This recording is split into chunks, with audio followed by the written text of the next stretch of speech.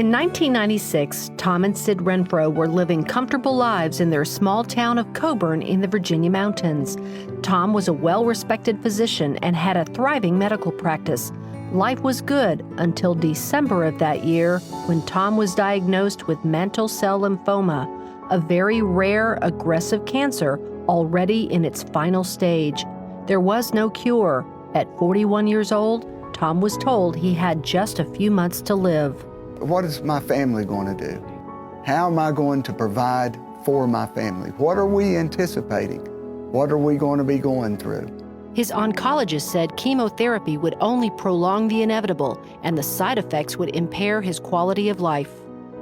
He was saying, you've got a limited amount of time, and I want you to make the best of what time you have left before the ravages of this disease gets hold of you.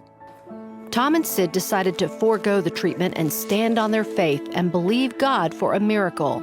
I knew I had reached the maximum the medicine had to offer.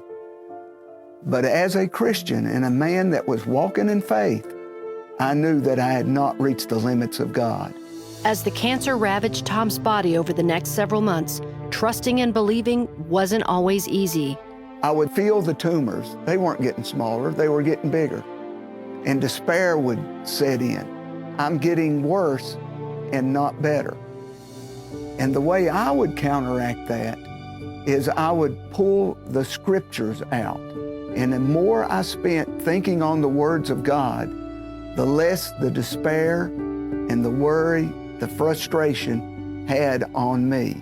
I had to rely on God. I had to rely on the scriptures I had hidden in my heart. Either we trust or we don't. And I had to trust.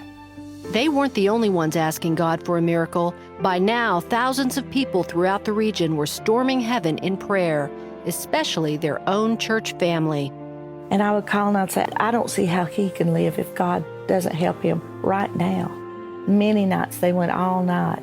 I had people around me saying, look, Tom, we're standing in faith. We serve a God that's unlimited in power and ability. We want you to continue to hold on in faith because I'm believing. Sid even told me, I get up every morning expecting the Lord to heal you. Tom's condition rapidly deteriorated. Doctors believed his death was just days away. With Christmas approaching, they administered chemo, hoping it would buy time for Tom to spend the holidays with his family. Immediately, right before their eyes, a miracle unfolded. I noticed that the tumors on my neck had softened, and it wasn't happening just here, it was under my arms. And then they started shrinking, and life, it just flooded into me. Where there was weakness and there was worry, now there was hope, there was joy, there was anticipation. And good things would come. Tom went back to his practice and would lead a full and happy life with Sid. And the cancer, it never returned. Over the years, Tom and Sid have rarely missed an opportunity to tell their story. In fact, Tom recently wrote a book about his miraculous journey and God's healing power.